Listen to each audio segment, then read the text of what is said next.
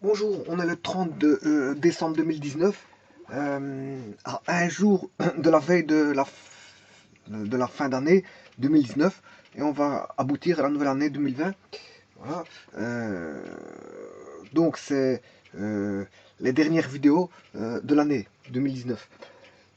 Ici, je vous présente ici juste un calcul de primitif qu'on retrouve assez souvent, je veux dire, dans les bouquins, qu'on retrouve assez souvent dans, dans les écoles où les professeurs demandent de calculer, je veux dire, la primitive de ln de x dx. Vous pouvez trouver aussi ça sur Internet, mais vous pouvez aussi le trouver sur des vidéos YouTube. Bon, cette primitive-là, beaucoup de gens l'ont calculée, énormément de gens l'ont mis en vidéo, énormément de gens voilà, l'ont déjà vu, mais il y a aussi des gens qui l'ont en examen.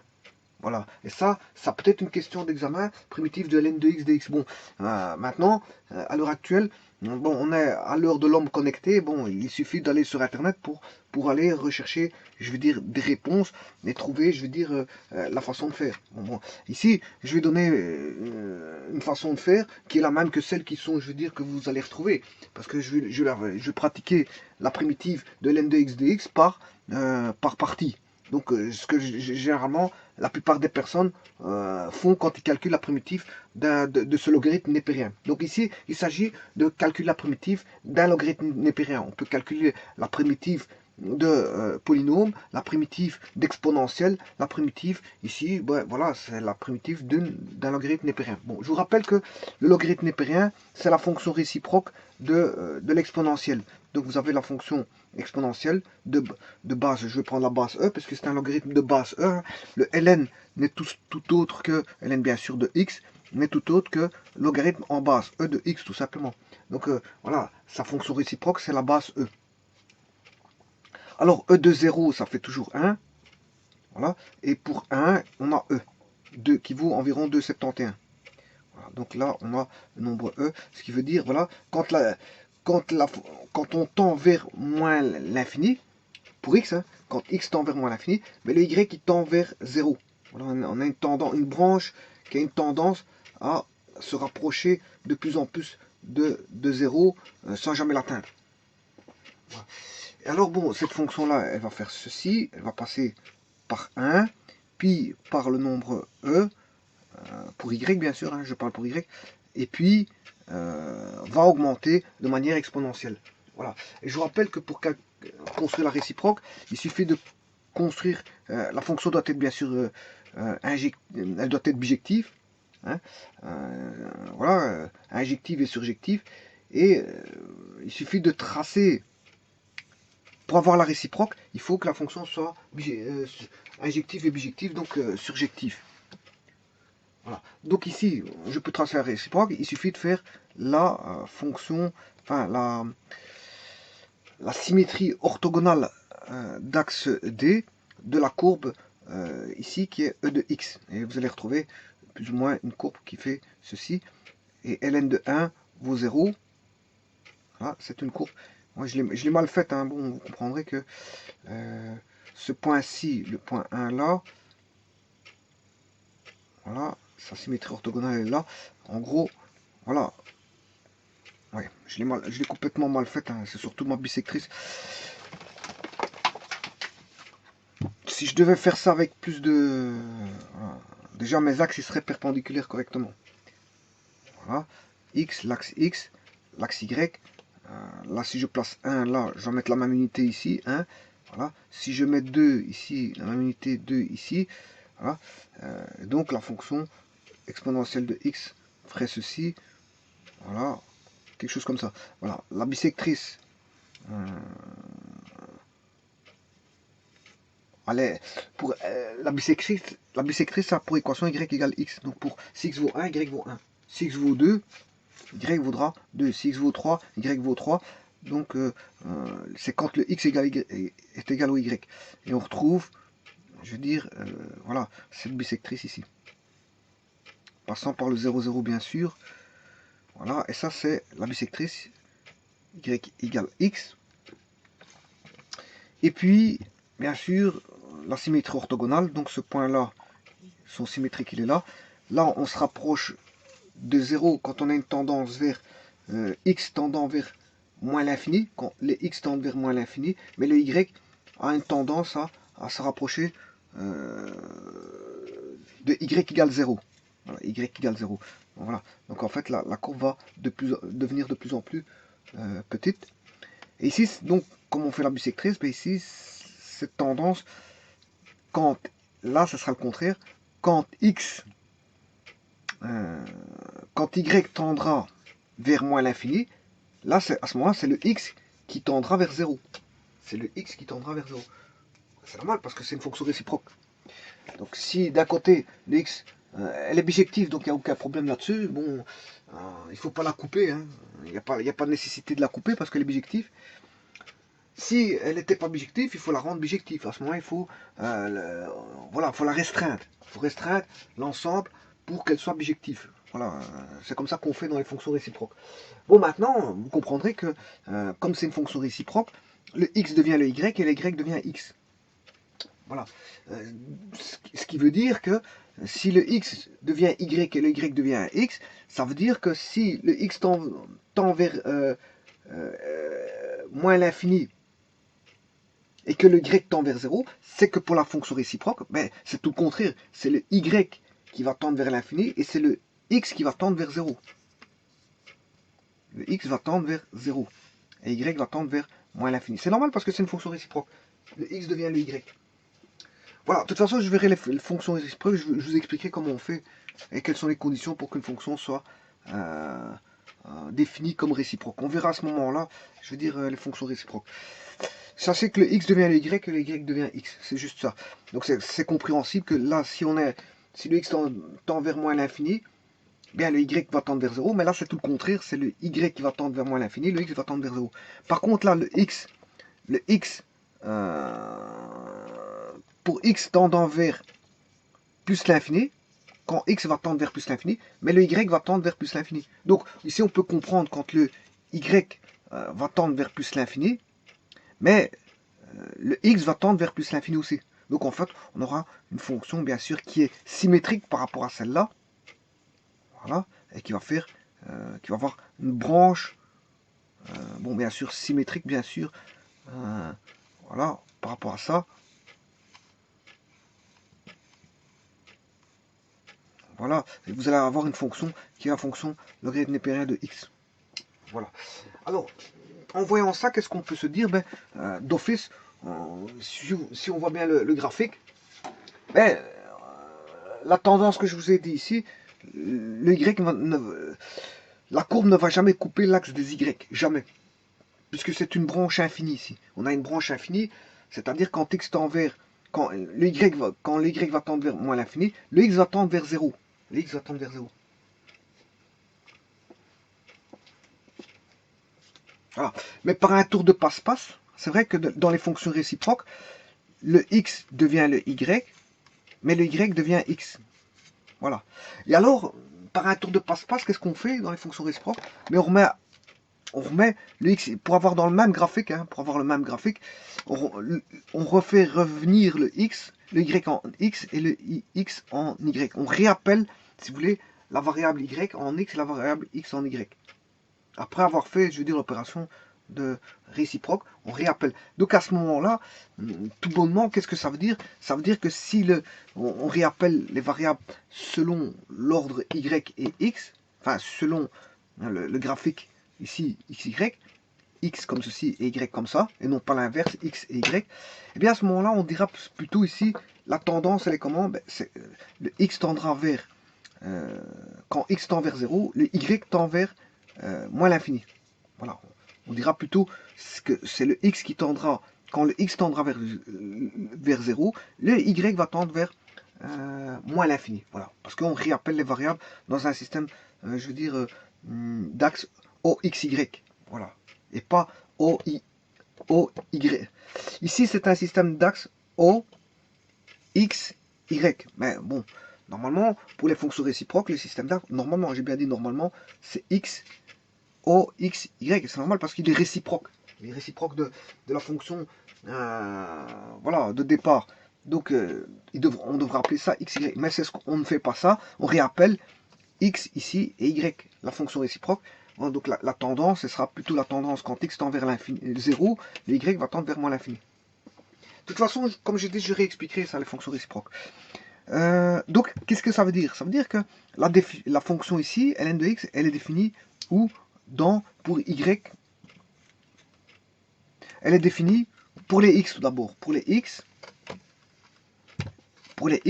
c'est une fonction, voilà, de R vers R, de R vers R. Voilà. Mais on voit bien que donc c'est une fonction de R vers R, mais c'est une application de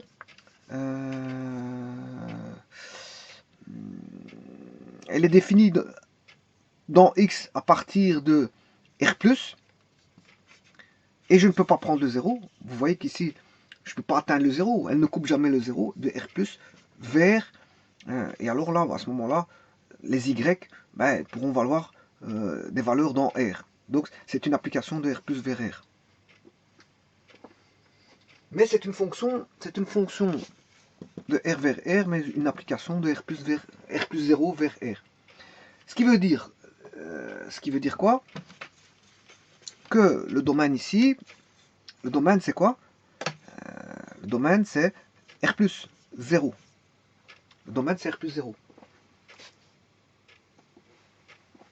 Domaine bien sûr qui concerne les X. Hein. Voilà. Ce qui veut dire que le X, il est strictement positif. Voilà. Donc le domaine, c'est R+0. C'est R+0. Donc elle est définie. Je ne peux pas mettre des nombres négatifs, si vous voulez, dans le logarithme népérien de X. Bon, mais il y a une manière de mettre, des nombres négatifs là-dedans. Il y a possibilité de mettre des nombres négatifs dans ln de X. Comment? Alors je vais vous montrer, mais à ce moment, le domaine, ici, si j'écris ça comme ça, le domaine, qu'est-ce que c'est? C'est R+0. Maintenant, si j'écris ceci, ln de la valeur absolue de x, là je peux y rentrer des nombres négatifs parce que la valeur absolue va rendre positif le nombre. Voilà. Donc ici, j'ai plus qu'une condition qui serait x doit être différent de 0. C'est juste ça. Puisque maintenant, je peux rentrer des négatifs là-dedans. Si je rentre moins 2, la valeur absolue de moins 2, ça fait 2. Et je peux trouver ln de 2.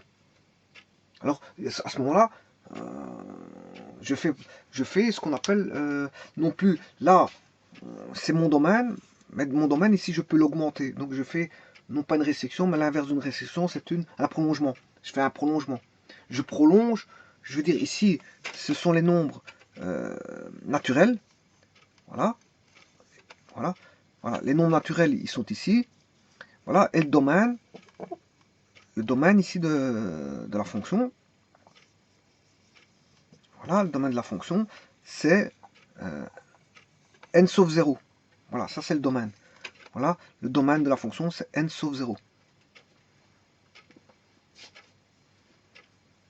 Donc, je m'excuse, R sauf 0. Je m'excuse, ici je me suis trompé.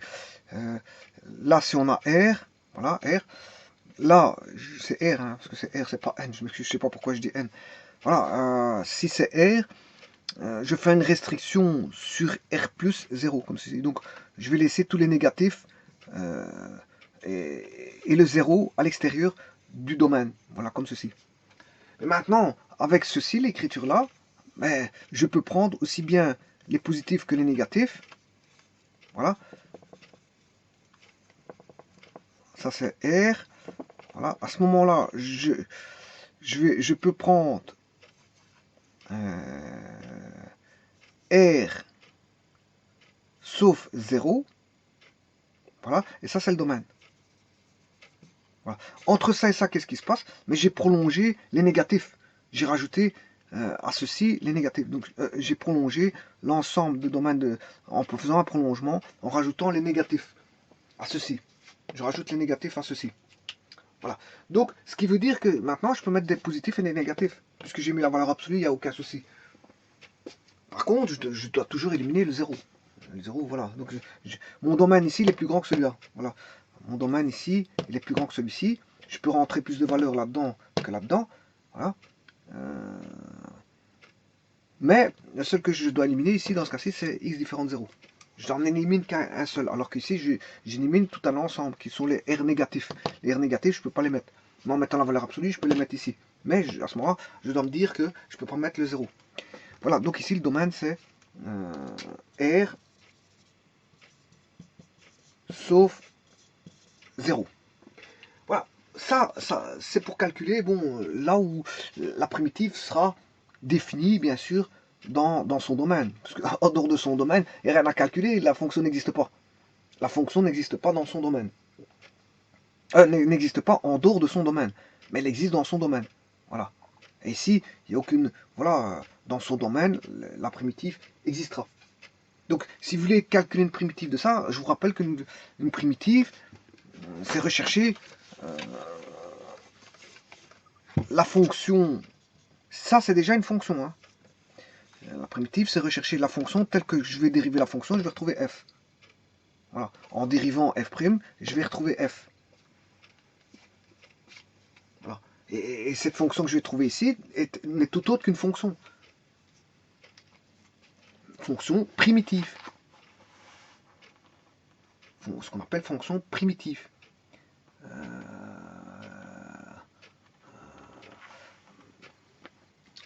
Qui proviendrait d'un départ, voilà, d'un départ, où on s'est trouvé un départ, si vous voulez, par rapport à la fonction dérivée. En dérivant ceci, j'ai ceci. Donc, si je dérive ceci pour trouver ceci, ben, ça veut dire que je sais trouver, en trouvant ceci, qu'est-ce qui est sa dérivée. Voilà. C'est ce qu'on appelle aller rechercher sa primitive. Voilà. Primitive, ça veut dire ce que ça veut dire dans le sens primitif, hein, dans le sens début. Voilà. Alors, donc c'est une fonction qu'on a là, donc on doit trouver une fonction ici. Voilà. Donc si la fonction n'existe pas dans son domaine, ben, on ne saura pas chercher de primitive, puisque il n'y a pas de, comment on appelle ça, la fonction n'existe pas en dehors de son domaine, donc on ne saurait pas calculer de primitive. Il n'y a rien qui existe. Que voulez-vous calculer, je veux dire, une primitive sur quelque chose qui n'existe pas? On calcule une primitive sur une fonction existante. Pour autant qu'on puisse trouver sa primitive, bien sûr, c'est-à-dire que son domaine soit défini. Parce qu'en dehors de son domaine, on ne sait pas calculer de primitive.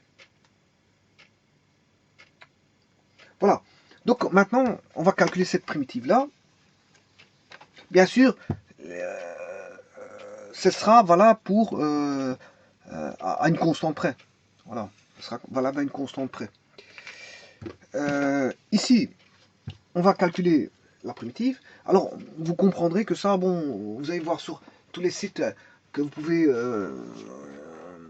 visiter, que ce soit sur Internet, que ce soit dans les vidéos YouTube, ou les vidéos autres, ou sur Facebook, ceux qui font des mathématiques sur Facebook, peu importe.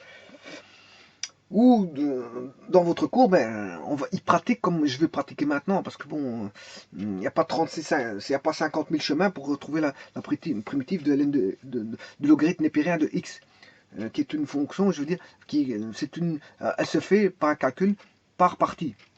Donc la plupart des vidéos que vous allez voir ou sur Internet, vous allez retrouver qu'ils vont faire comme moi. C'est-à-dire qu'ils vont faire 1 fois ln de x. Alors pourquoi 1? C'est pour avoir deux fonctions. Bien sûr, ici c'est la fonction constante. Alors, si j'appelle ça u et ceci dv, bon, vous n'allez pas aboutir à quelque chose en faisant ça. Je vous le dis tout de suite. Ça ne sera pas bon. Il y a deux cas de figure dans les primitives. Soit c'est pas le bon chemin, ou c'est le bon chemin. Alors pour ça, il faut tenter.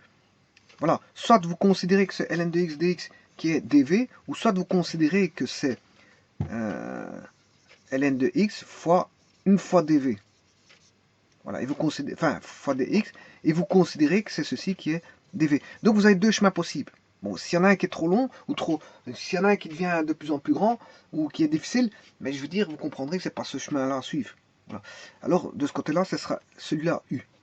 Bon, là, si j'appelle celui-ci U, il y aura sa différentielle du. Si j'appelle v, il y aura la différentielle dv. Si là, j'ai un u, j'ai la différentielle de u. Si j'ai un v, j'ai sa différentielle dv. Alors, qu'est-ce qui est u ici? Mais j'ai considéré que dv, c'est ln de x dx. Voilà. Et le u, fatalement, ce sera 1. Voilà. Là, le u, j'ai considéré que c'était ln de x. Voilà. Et le dv, j'ai considéré que c'était 1 dx. Voilà. Alors, ici, vous comprendrez que je dois, pour aller de dv à v, je dois primitiver. C'est une primitive. Hein. C'est une primitive. Or, la primitive de ln de x, je la recherche déjà. Donc, c'est rechercher quelque chose que je recherche. Donc, là, à ce moment, je tourne en rond. Je tourne en rond. Je n'aurai pas d'about. Je sais même pas que je vais tourner en rond, je vais être bloqué. Je vais être bloqué parce que je cherche la primitive de ln de x. Et ici, je suis déjà en train de chercher la primitive de ln de x. Je dois la mettre en œuvre ici, alors que je ne la connais pas. Donc, celle-ci, il n'y a pas la bonne méthode. Je vous le dis tout de suite. Ce qui veut dire que celle-ci, elle est bonne. Ça veut dire que qui est u, ben c'est ln de x. Qui est dv, c'est 1 dx. Bon, et là, la primitive de 1 dx, mais c'est x. Voilà. La dérivée de x, ça fait bien 1. Enfin, la différentielle de v, hein, qu'on note comme ceci, en vérité, c'est pas la dérivée, mais c'est une différentielle. J'ai expliqué la différence entre une dérivée et une différentielle dans d'autres vidéos. Différentielle de la variable v, mais c'est la différentielle. Comme v vaut x, c'est dv vaudra d de x. Voilà. Donc, mais dx, c'est une fois dx. Voilà. Donc c'est bon. Si je dérive x, la dérivée elle est là. La dérivée de x, ça fait 1. Donc ceci est bon. Mais maintenant, là, j'ai pris u qui vaut ln de x. Donc je vais aller chercher sa différentielle. Or, la différentielle de ln de x, tout le monde connaît, c'est 1 sur x parce qu'elle est définie. Justement, le ln peut être défini comme étant la primitive de 1 sur x de x. Hein. Ouais, il y a certaines théories qui font que... bon, comment on peut définir ln de x? Comment on peut définir? Ben, on peut définir par rapport à une primitive de 1 sur x de x. Hein. Voilà. En définition de la primitive de 1 sur x de x, on a la fonction logarithme népérien. Bon, elle est définie comme ça. Certains la définissent de cette manière-là. Bon, une définition, ça reste une définition tant qu'elle reste logique et qu'elle est valable, logiquement par rapport aux logiques des mathématiques, parce que si on est en logique mathématique, si elle est logique mathématiquement, ben, on peut la prendre en tant que définition, il n'y a aucun problème. Et c'est ce que certaines personnes font. Ils définissent non pas le logarithme népérien en fonction de la fonction réciproque de l'exponentielle, mais ils définissent la fonction logarithme népérien par rapport à la primitive de 1 sur x de x. Donc la primitive de l'inverse de x. Voilà. C'est-à-dire la primitive de x moins 1. Parce que la primitive de x moins 2, elle est connue. La primitive de x moins 3 est connue. La primitive de x moins 4 est connue. La primitive de x moins 5 est connue. La primitive de x exposant 2 est connue. Par contre, la primitive de x moins 1 n'est pas connue. Voilà. Et là, on l'a définit comme étant voilà, la primitive de 1 sur x, donc x moins 1, x exposant moins 1, bien équivaut à ln de x. Et il y a des théories qui font qu'on définit le logarithme népérien comme ceci, par la primitive de 1 sur x de x. Voilà. Alors, eh bien, maintenant il suffit voilà, on sait bien que c'est pas ça. C'est le mauvais chemin celui-ci. Donc c'est ce chemin-là qui est bon. Maintenant, on sait bien que f fois g dérivé est égal à f'g plus fg'. Voilà, ça c'est le calcul de dérivée qui nous font dire ça. Le produit, la dérivée d'un produit, la dérivée d'un produit de fonction, mais c'est la dérivée de l'un fois la fonction de l'autre, plus la dérivée de l'autre fois la fonction du premier. Donc c'est f'g plus fg'. Ce qui veut dire que fg' moins f'g est égal à fg'. Voilà. En d'autres termes, maintenant si je primitive, je vais primitiver ça. Primitive de f fois g' moins primitive de f'g est égal à primitive de fg'. Là, j'ai primitif. Ce qui veut dire que là, primitif d'une dérivée, ben, ça fera f fois g, moins primitif de f'g est égal à primitif de fg'. Voilà. Ce qui veut dire que maintenant, à la place d'appeler par f et g, si j'appelle ça f, c'est u, voilà, et g' dv, eh ben, j'aurai u fois v moins, là comme j'ai le f fait u, là j'aurai du fois, et le g fait v, ce qui fait vdu. udv, là on aura vdu. Voilà. Donc la primitive de udv, c'est u fois v moins la primitive de vdu. Et c'est bien ce que j'ai ici, hein, udv. Donc ce sera, si j'applique la formule ici, que je viens de vous montrer, ce sera la primitive de u fois v. Donc u fois v, c'est ln x fois ln de x. X fois ln de x. Voilà, u fois v. Voilà, u fois v. U fois v. Moins la primitive de vdu. vdu, c'est x. V, c'est la primitive de... Parce qu'il faut mettre la primitive de v. V, c'est x. Du 1 sur x. dx. Et là, on a bien primitive de udv. U qui est ln de x fois dv. Voilà. Ah bien, il suffit encore de pratiquer encore de primitifs, ici, on voit bien. Mais il y a un calcul à faire avant, parce que x fois 1 sur x, ça fait 1. Un nombre fois son inverse, ça fait 1. Bien sûr, x doit être différent de 0. Hein, on comprendrait ça. Ça, je l'avais rejeté déjà depuis le départ, parce que le rythme népérien, bon, c'est r plus 0, le domaine. Donc je rejette déjà le 0. Donc c'est il est bien, j'ai bien rejeté par la condition de départ. Donc il n'y a pas de problème pour ça. Donc ce qui fait x ln de x moins x fois 1 sur x, un nombre fois son inverse, ça fait 1. 1 dx. Et une fois dx, le 1 il est neutre pour la multiplication, ce qui fait dx. Voilà. Et primitif de dx, primitiver la différentielle, mais ça revient à faire avoir x. Donc c'est x ln de x moins x, plus constante. Voilà. Alors maintenant, quand j'écris la formule u fois v moins primitive de v du est égal à u primitive de u dv.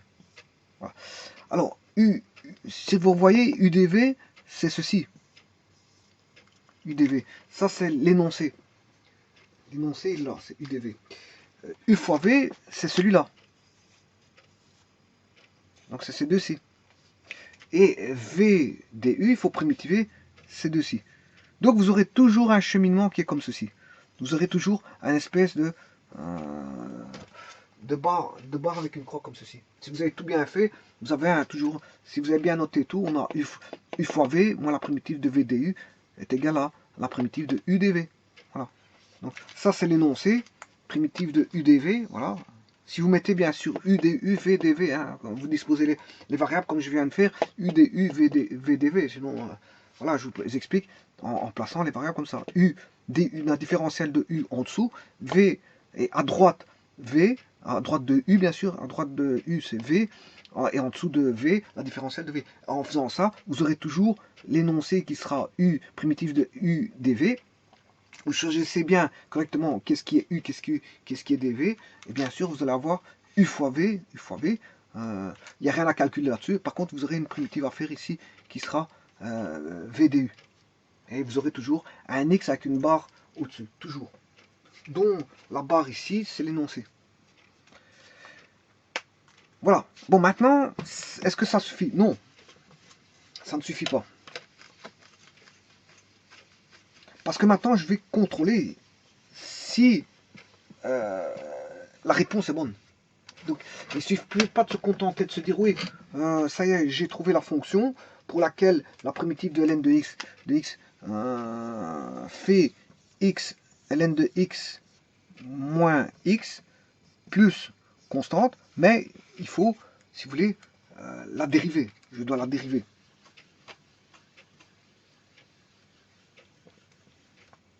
Voilà. Donc je dois la dériver de telle manière à retrouver le ln de x. Voilà. En dérivant ceci, je dois retrouver le ln de x.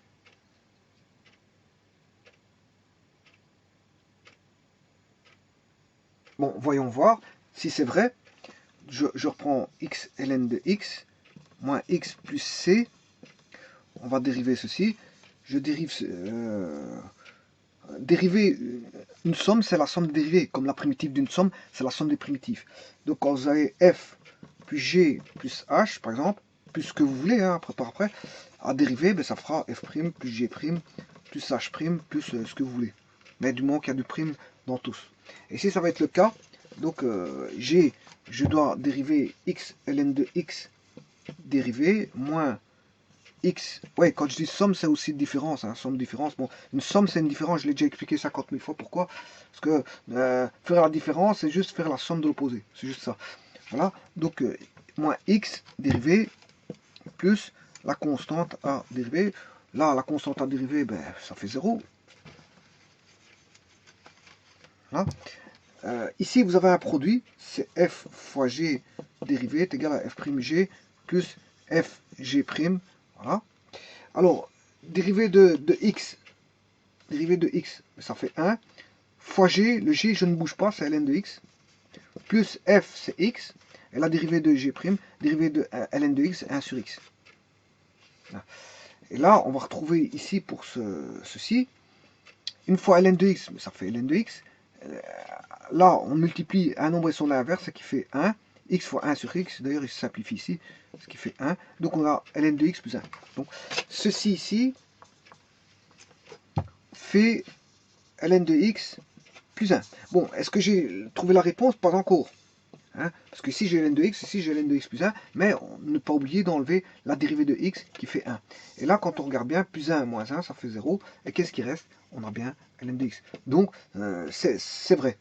C'est vrai. Quand on regarde bien, c'est vrai. Voilà, donc la primitive de ln de x. Alors, maintenant, on peut en tirer un petit enseignement de ceci. Quel est l'enseignement qu'on peut tirer? Bon, alors, je vais mettre le x en évidence. Si je mets le x en évidence, j'aurai x fois ln de x moins 1. Voilà, plus la constante, bien sûr, à dériver pour retrouver ln de x. Hein.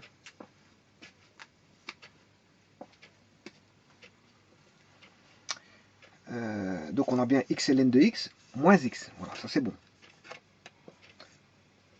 Alors, vous voyez que au départ, je dois primitiver un logarithme népérien. Et qu'est-ce que je retrouve? Mais je me retrouve avec un polynôme du premier degré multiplié par un logarithme népérien. Alors que je suis dans les logarithmes népériens, le logarithme népérien va engendrer un polynôme. Il va engendrer un polynôme. Vous voyez qu'il est là. Un polynôme qui est x, bien sûr. Bien sûr, et à ce logarithme népérien, il faut encore retrancher 1. Donc, vous voyez, d'un logarithme népérien, sa primitive, on va retrouver du logarithme népérien. Hein, on va retrouver du logarithme népérien, mais on va retrouver un polynôme. Voilà. Mais ce logarithme népérien, il faut retrancher 1. Ou en d'autres termes, je peux dire aussi que c'est x ln de x moins x, plus constant, bien sûr, à dériver. Là, c'est un logarithme népérien fois un polynôme du premier degré moins un polynôme. Voilà. On multiplie un polynôme fois le logarithme népérien moins un polynôme, et qui est le même polynôme d'ailleurs. Voilà. Bon, j'attire votre attention sur quelque chose de fondamental. Dans le sens où je vous ai montré une fois une petite vidéo qui durait sur une petite vidéo de trigonométrie. Rappelez-vous, elle était courte. Hein. C'était sinus carré x fois 1 plus cotangente carré x.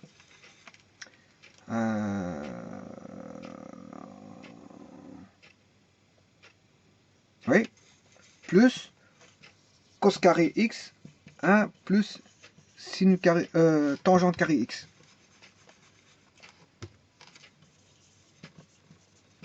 Voilà. Rappelez-vous, j'avais fait une vidéo là-dessus.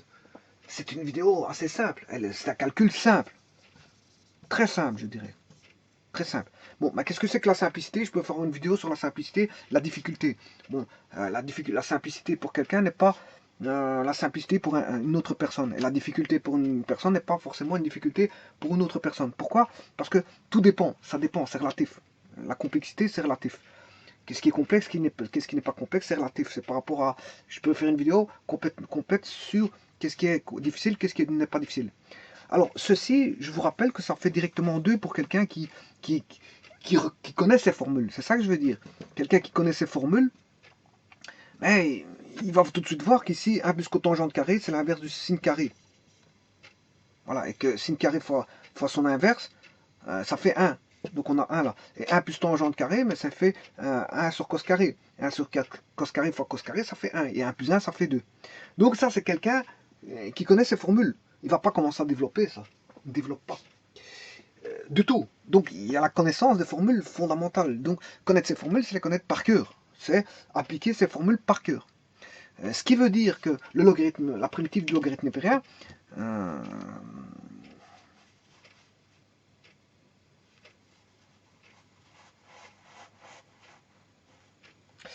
la primitive du logarithme népérien, c'est un peu du même acabit. Cette vidéo que j'avais fait ici, elle était simple et courte, très courte je dirais, parce qu'elle dirait quelques 2-3 minutes, ou 4, je ne sais plus, donc c'était assez court.